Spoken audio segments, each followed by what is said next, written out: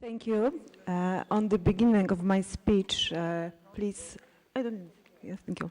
Please let me to express my gratefulness for inviting me to that very important event.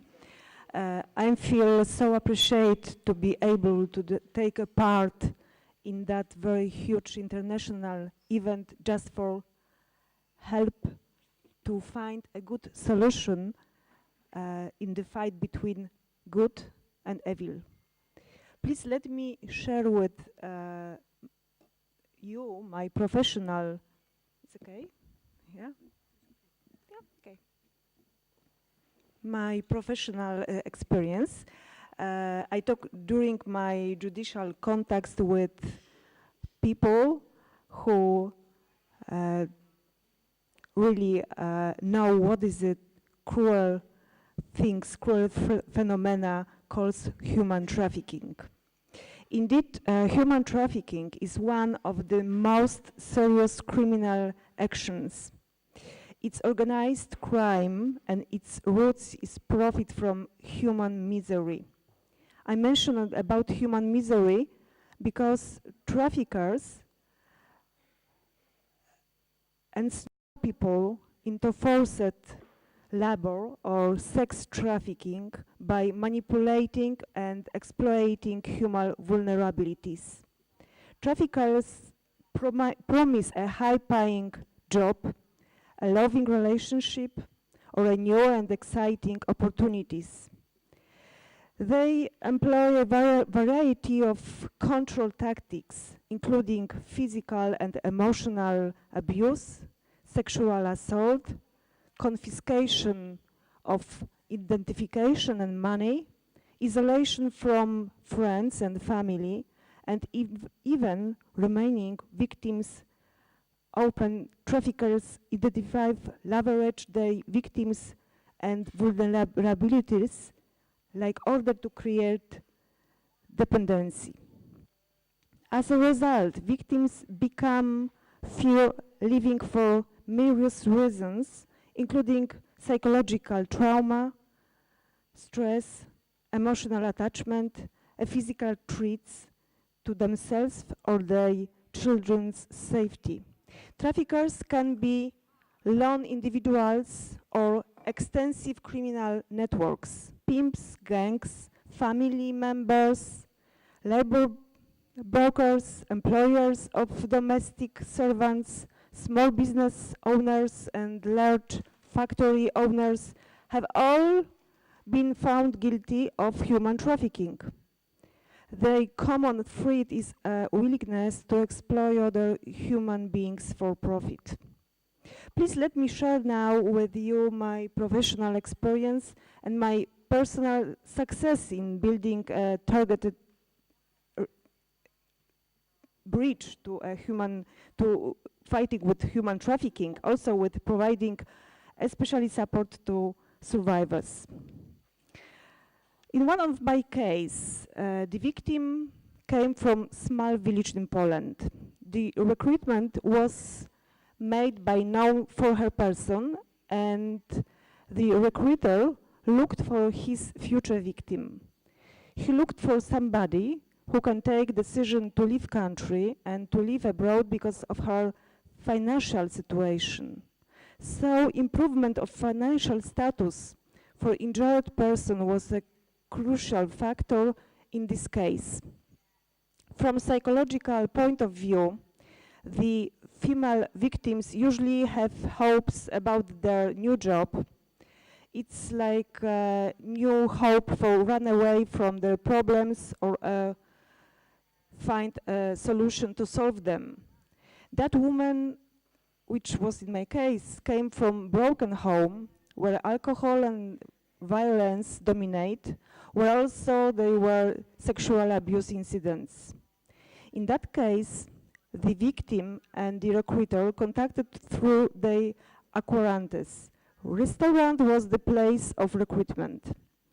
Before the departure, the victim was unaware of his risk of being forced to possible like worker country destination. She was just delivered about the nature of the works. She knows only that she could be doing one of two options, to be a cleaning lady or maybe to be a career for elderly people. She bought money for flight tickets from a recruiter and she has to return with first salary. When she was transferred through the borders, finally to the France, the perpetrator or recruiter used variety of means to exploit new victim and make her dependent. First of all, documents were taken away from her and not returned. Secondly, perpetrator drove victim into debt. Rules of work was never specified a special way to repay the borrowed money. The debt was generated by the travel costs, fees for the issue of the necessary, of course, documents and other payments which have to do. Like always in that cases, the debt was bigger and bigger, and the employment relationship was designed in such a way that doesn't allow for full repayment. During that process, new experiences need to be covered, and the perpetrator imposed some financial penalties on the victim for her bad behavior that increased the debt, new clothes, necessary things for hygiene, food, medicines, etc. In such way, the perpetrator controlled all the aspects of the victim's life, also those connected with satisfying the basic needs. He started to give him drugs or alcohol. As a consequence, created stronger dependency relationship between them.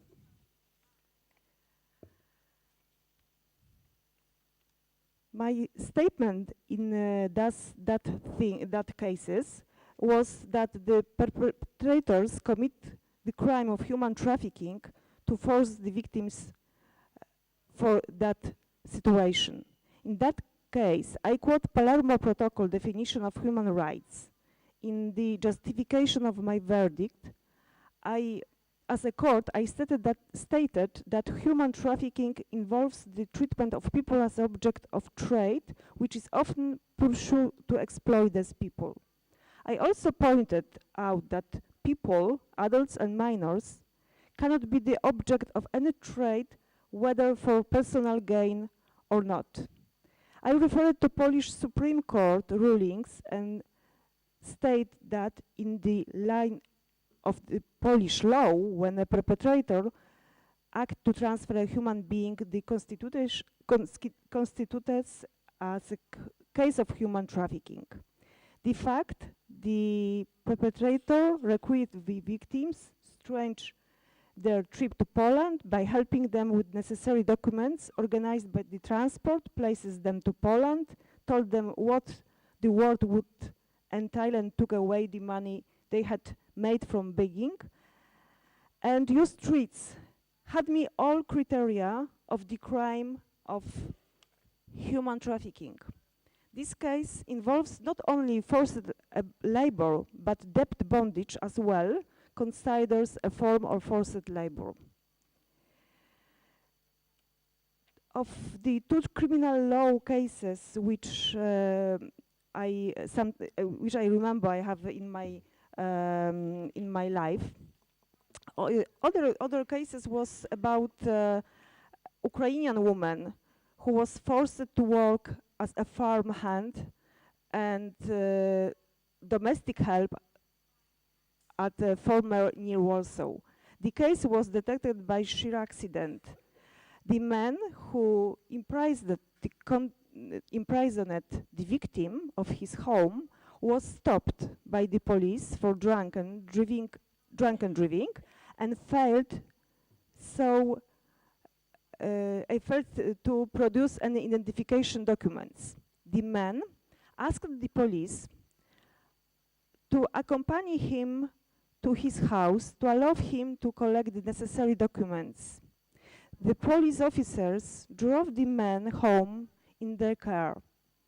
When the Ukrainian woman saw a police car driving into the yard, she immediately ran from the house and started begging the officers for help. She wanted them to take her immediately to the police station. Initially, and it was totally surprising, the police officers told the woman that if she felt maltreated, she might take a bike and come to the police station to testify. The police officers didn't trust the victim and didn't want to talk with her, to take her to the police. The victim, however, begged them to take from the perpetrator house. Finally, the first police patrol asked their colleagues from the police station for help. Upon arrived for the same time, the new officers from the second patrol promised the Ukrainian woman to take her away from there as soon as they find her a place to stay. Also was a big problem with the find that properly place to stay. It was incredible because the police officers really didn't know what to do with that victim and how to help them and where take her. For this reason, they returned to the police station to inquire what institution may take the main role on that moment was really a problem. So I think like in other country, we have to practice and generating every time the new solution for that cases, also for sharing the experience, also for that events like this one, to know sometimes, to discuss sometimes what to do, how to prepare them ourselves for a better job in very hard things, which are the human trafficking. So for the end, I would like to say that we judges and prosecutors, we coming here for that summit, our response for human trafficking is a strategic, and I deeply believe that our focus on excellence, professionalism, and outcomes to be useless for victims, because they are much important, to help them find hope and justice. Thank you very much.